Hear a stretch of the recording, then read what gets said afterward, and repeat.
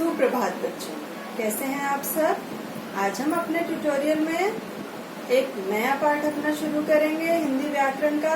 लेकिन उससे पहले मैं आपको बता दूं, आपका हिंदी साहित्य और हिंदी व्याकरण का जो भी पाठ है वो आपका पूरा कोर्स कंप्लीट हो चुका है। एक चीज बची है आपकी अपठित काव्यांश, क्योंकि अगर एग्जाम में आपका अपठित काव्यांश आ जाता है तो एक प्रैक्टिस कर लेनी चाहिए।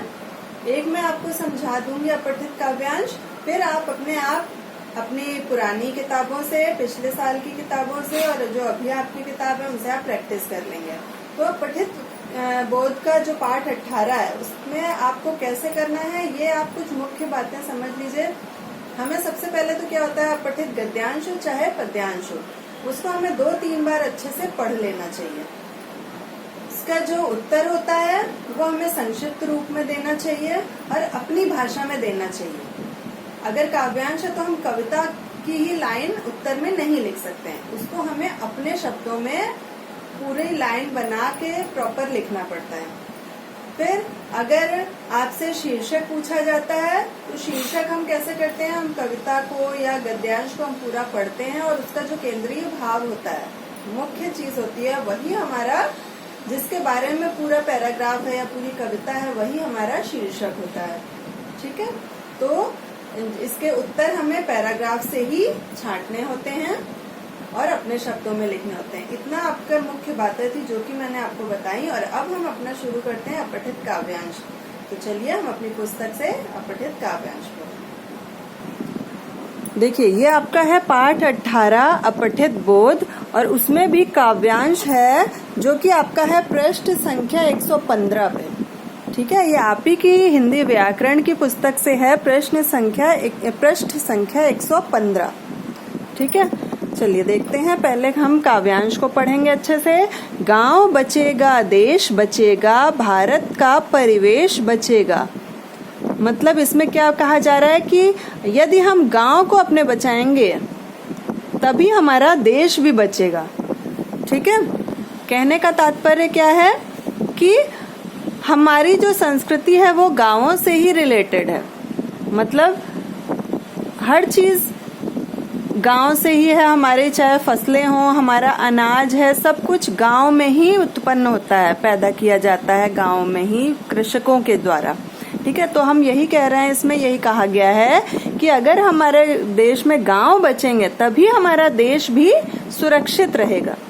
भारत का परिवेश बचेगा। भारत का परिवेश मतलब जो भारत की संस्कृति है तभी वो बच पाएगी। धरती का संवाद बचेगा। मतलब धरती का संवाद, धरती पर बातचीत करने वाले, मतलब जैसे अगर अनाज गांव में कोई नहीं रहेगा अगर, तो अनाज कौन उपजाएगा, अनाज नहीं होगा तो कोई जीवित नहीं रह पाएगा। ठीक है ना, तो यही कहा गया, धरती का संवाद तभी बचेगा। हरियाली का स्वाद बचेगा। हरियाली का स्वाद मतलब अगर कृषक जो होते हैं, किसान, वो अन्न उगाते हैं, ठीक है, फसलें उगाते हैं, हरी हरी फसलें हैं, हरी सब्जियां हैं, ये सब उगाते हैं, तभी हमें वो स्वाद युक्त सब्जियां वगैरह मिल सकेंगी। और हमें जो भी चीज, अनाज भी मिलता है तो उसको हम पकाते हैं, अपने तरह से स्वादिष्ट करके बनाते हैं, तभी वो बन पाता है। नियति नटी के बचने से ही नव स्वर नव उन्मेष बचेगा।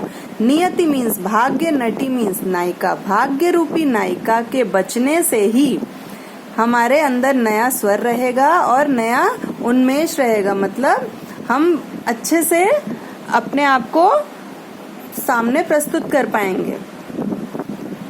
गांव बचाएं, देश बचेगा। मतलब अगर हम गांव बचाएंगे तभी देश बचेगा। यहाँ लहराती हरियाली है। गांव की बात की जा रही है क्योंकि वहाँ फसलें होती हैं, तो सब तरफ हरियाली ही हरियाली दिखती है और फसलें लहराती रहती हैं, तभी वो हरियाली दिखती है। मन प्राणों में उजियाली है। मतलब तभी हमारे मन रूपी प्राणों में, मतलब हमारे प्राण तभी जीवित हैं, तब नहीं तो अगर वहाँ हरियाली नहीं होगी तो हमें वो सब्जियां और अनाज ये सब नहीं मिल पाएगा। तो तभी तक हमारे अंदर प्राण है जब तक वो गांव है और उनमें लहराती हुई फसलें हैं। मन प्राणों के संवेदन पर दिग दिगंत का भेष बचेगा, मतलब मन प्राणों के, मतलब मन और प्राणों के संवेदन पर, मतलब संवेदना क्या होती है, जब हम एक दूसरे के प्रति सहानुभूति रखते हैं, या हमें एक दूसरे के प्रति, हम एक दूसरे की खुशी में शामिल होते हैं, एक दूसरे के दर्द को हम महसूस करते हैं, तो वही है कि मन और प्राणों में हमारे एक दूसरे के प्रति दर्द को महसूस करने का भाव बचेगा। दिग दिगंत मतलब सभी दिशाओं में का भेष बचेगा, मतलब सभी तरफ सब प्रकार के लोग रह पाएंगे। गांव बचेगा देश बचेगा, अगर हमारा गांव रहेगा तभी हम भी जीवित रहेंगे और हमारा देश बचेगा। चलिए अब देखिए प्रश्न है, भारत का परिवेश से क्या आशय है? प्रदूषण, प्रदूषण मुक्त भारत, भारतीय संस्कृति, असली भारत। मतलब इसमें क्या था, गांव बचेगा देश बचेगा, भारत का परिवेश बचेगा, मतलब भारतीय संस्कृति बचेगी। ठीक है। दूसरा प्रश्न है, हरियाली का स्वाद गांव कैसे बचाएंगे? हरी भरी जमीन से, हरी सब्जियां, हरी भरी फसल, ताजगी का स्वाद, मतलब हरी भरी फसल से है मतलब इसमें। ठीक है, तो ये आपका सही आंसर है, हरी भरी फसल। ठीक है। नियति नट किसे कहा गया है? मतलब प्राकृतिक पर्यावरण को कहा गया है, या चालाक स्त्रियां, या भाग्य रूपी नायिका, या छल कपट। मतलब नियति मीन्स भाग्य, नट मतलब नायिका, तो भाग्य रूपी नायिका। फिर चौथा प्रश्न है, संवेदन का अर्थ है, मतलब संवेदन का क्या अर्थ है? सहानुभूति, मिठास, दूसरे के दर्द को स्वयं महसूस करना, या कमजोरी। तो इसका उत्तर है दूसरे के दर्द को स्वयं महसूस करना। इस कविता का शीर्षक हो सकता है, मतलब उपयुक्त शीर्षक बताना है, गांव, गांव बचेगा देश बचेगा, गांव बनाम भारत, गांवों का शहरीकरण।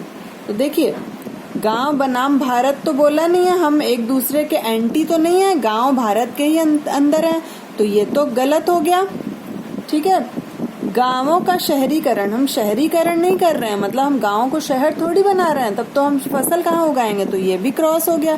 अब बचे दो, गांव या गांव बचेगा देश बचेगा, मतलब गांव हमें बचाना है ये कहा गया है, लेकिन अगर हम ये लिख रहे हैं, बार बार इसमें आ रहा है ना गांव बचेगा देश बचेगा यहाँ पे, तो हम इसका सही शीर्षक यही बनाएंगे, गांव बचेगा देश बचेगा।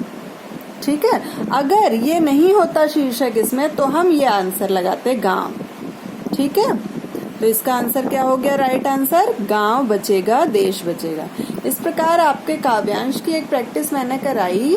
अब आपका स्वयं ये कर्तव्य बनता है कि आप अपने आप, और जो आगे के आपके काव्यांश हैं, इसमें आपके करीब 10 काव्यांश हैं, तो आप इनकी प्रैक्टिस कीजिए और आपके पिछले साल की पुस्तकों से भी कीजिए। ठीक है।